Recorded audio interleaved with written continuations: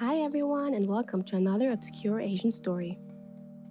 In Tokyo's upscale Ginza district, luxury stores like Louis Vuitton, Chanel, and Gucci are attracting a new wave of shoppers. These aren't your typical high-end consumers, but rather bargain hunters from China capitalizing on the weak yen to buy luxury goods at a discount. This trend is a shift from the past when these consumers would have shopped in mainland China, Hong Kong, or Europe. The COVID-19 pandemic hit the luxury industry hard, with consumers tightening their belts and prioritizing essential spending. However, Asian consumers, particularly in Japan, are spearheading a comeback. Prada has seen a surge in retail sales across all regions, with a notable increase in Japan. This boost is attributed to the easing of COVID-19 restrictions, a rise in local shoppers, and an influx of tourists. Japan has lifted its COVID-19 restrictions in April of the previous year, which also contributed to this uptick. Sales in Japan soared by nearly 46% in the first quarter. Italian fashion house Moncler also reported a 26% revenue increase across Asia, driven by strong demand in mainland China and from local shoppers and tourists in Japan and Korea. Chinese consumers have long been a driving force in the luxury industry, and it appears their neighbors are now following suit. Despite these outliers, the luxury industry in general, once booming in Asia, is facing a downturn. Economic instability has led Asian consumers to be more cautious, pulling back from the post-lockdown revenge shopping trend. This has resulted in a sharp decline in Asia-Pacific sales for brands outside of Japan. Kering, Gucci's parent company, has been significantly impacted by this shift in consumer behavior. Its founder, François-Henri Pinault, is grappling with restoring Gucci's allure amidst this challenging landscape. The rivalry between Pinault and Bernard Arnault, the patriarch of LVMH, has intensified as both luxury conglomerates navigate the downturn. LVMH, which owns 75 luxury brands including Louis Vuitton and Dior, has also felt the pinch. It reported weak sales growth and a 9% drop in its value this year. Despite this, LVMH remains optimistic, relying on the timeless appeal of its flagship brands and its sheer size to weather the storm. Louis Vuitton, the world's largest luxury brand, continues to justify its many stores with a net profit margin of over 50%. However, LVMH's sales in Asia, excluding Japan, fell by 17% in the quarter ending June of this year. Overall revenue growth has also slowed to 1%. Other luxury brands are also feeling the impact of the slowdown in China. Burberry reported a more than 20% drop in sales in mainland China, while the Swatch Group saw a 14% decrease in sales for the first half of 2024. Richemont, owner of Cartier, reported a 27% fall in sales in China, Hong Kong, and Macau in the quarter ending June. German fashion giant Hugo Boss has also downgraded its sales forecast due to weak consumer demand in markets like China and the UK. Prada has seen a 16% rise in sales in the Asia-Pacific region. Its Miu Miu brand has also enjoyed an 89% surge in sales for the quarter, indicating a shift in consumer preferences towards clothing and accessories. However, the luxury market has been hit by a slowdown in the Chinese market, affecting many brands' recurring operating income. Despite this, Hermès, the world's third-largest luxury brand, has shown resilience. It reported a 50% increase in sales and constant exchange rates for the first half of 2024. While there was a downturn in traffic in Greater China, sales in the Asia-Pacific region, excluding Japan, rose by 6.8% with €3.5 billion in the first half. It attributes this resilience to the loyalty of its customers worldwide and its recent investments in the Asia-Pacific region, including China. Unlike its peers, Hermès has seen most of its sales in China and Japan come from local customers, not tourists. Sales in Japan increased by 9% in the first half of the year. LVMH, on the other hand, saw a 57% jump in sales in China in the first half of the year, largely driven by Chinese tourists seeking luxury bargains due to the weaker yen. However, despite rising sales in Japan, the overall outlook for the Asian market remains challenging, partly due to China's economic downturn and a changing perception of luxury. In recent years, Hermès products have been marketed as status symbols to a wealthier, recession-resistant customer base, contributing to the brand's enduring appeal. Asia's luxury market is undergoing a significant transformation, shifting from traditional symbols of prestige to values of authenticity and sustainability. This change is evident across various sectors, including fashion, leather goods, and cosmetics, signaling a shift in consumer priorities. Digital shopping and China's expanding middle class are key drivers of this change. The market is projected to reach a revenue of $142.7 billion by 2024.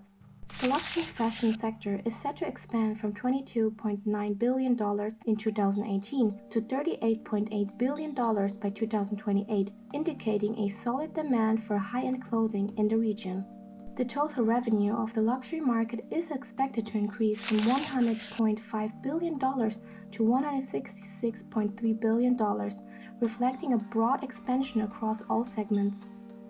E-commerce is playing a significant role in this transformation. Online sales are expected to account for 15.5% of luxury revenue by 2024, highlighting a shift towards digital retail channels. This trend underscores the importance of adapting to new consumer behaviors and leveraging online platforms to reach a wider audience. China's economic slowdown and Beijing's crackdown on ostentatious wealth are, however, impacting global luxury brands. China's growing middle class is the driver behind the demand of luxury goods, shaping market dynamics both regionally and globally. Despite economic instability in some markets, the overall sentiment among luxury shoppers is improving. Brands operating in Asia need to adapt to changing perceptions of value, service, and pricing across different countries. The second-hand luxury market in China, worth over $8 billion, is booming and starting to spread to other parts of the region, particularly Southeast Asia. Asian consumers, traditionally slower to embrace second-hand luxury shopping, are becoming more comfortable with pre-owned items, especially those that are hardly used or rare. This shift means that resale values are increasingly important to shoppers, with the preferences for brands like Hermès, Louis Vuitton, and Chanel, whose products retain their value due to high demand and regular price increases.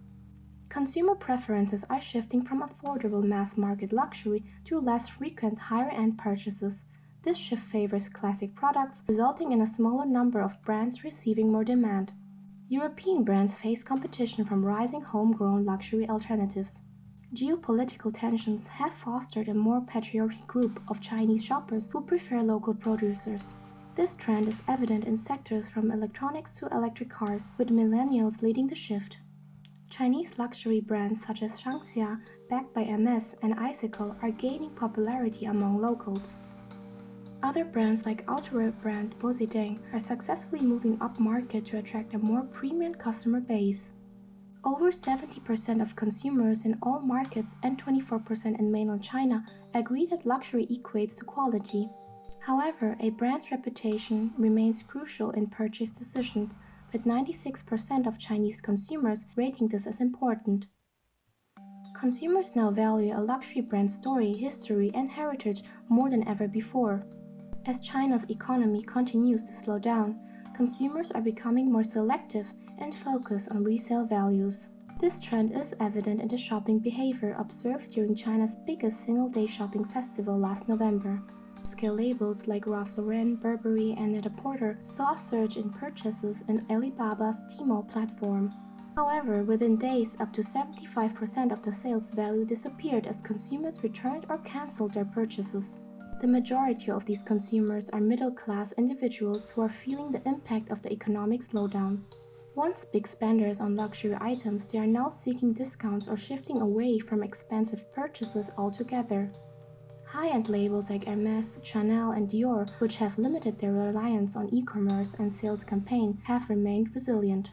Their strategy of cultivating wealthier consumers and maintaining an air of exclusivity has helped them weather the economic downturn. However, frequent participation in promotions can risk damaging the brand's image, making it less appealing to those still willing to spend. Additionally, the Chinese government's crackdown on the online flaunting of luxury goods has added another layer of complexity. With social media being a top influence for consumption across Asia, the shutting down of influencer accounts has potential implications for luxury brands.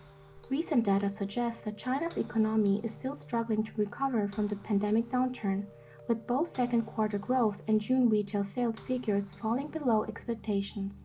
This ongoing economic uncertainty is likely to continue shaping consumer behavior and the luxury market in the foreseeable future. Despite China's economic slowdown, spending intent remains high in China and Hong Kong, only surpassed by Southeast Asia. However, the average amount Chinese shoppers plan to spend on luxury goods this year has dropped 5% to $30,700. Watches and jewelry are the top priority for most markets, followed by fashion. There's a solid desire for niche fashion brands, particularly in Southeast Asia and Taiwan. Over 60% of respondents agree that lesser-known brands offering great style and quality are becoming synonymous with luxury. Support for domestic brands is growing, especially in China and Southeast Asia. The luxury market in Southeast Asia, often overlooked compared to China, Japan, and South Korea, is on the rise. It generated $14.38 billion in revenue in 2022 and is expected to grow by 4.16% annually from 2023 to 2028. High-quality products, product longevity, and product uniqueness are the main reasons Southeast Asian consumers buy luxury goods. Millennials and Gen Zs are becoming strong drivers of luxury in the region, heavily dependent on e-commerce. Conscious consumption is on the rise, with more shoppers viewing their purchases as investments. On average, 74% of consumers across Asia find to evaluate the resale value of their purchases before buying. As people become increasingly cautious about spending due to economic concerns, they are seeking longer-lasting items that retain value. Smaller, second-tier luxury brands like Burberry are more exposed to trouble, while brands that appeal to the wealthiest shoppers and can charge the highest prices are doing well. The industry, accustomed to upward movement, hopes that 2024 will be an aberration and that growth will resume in 2025. The personal luxury goods market has more than doubled in value since 2010, suggesting that luxury labels Drew Bruce can maintain their ambitions. However, there is no guarantee of this. I hope you enjoyed this video. See you next time and thanks for watching!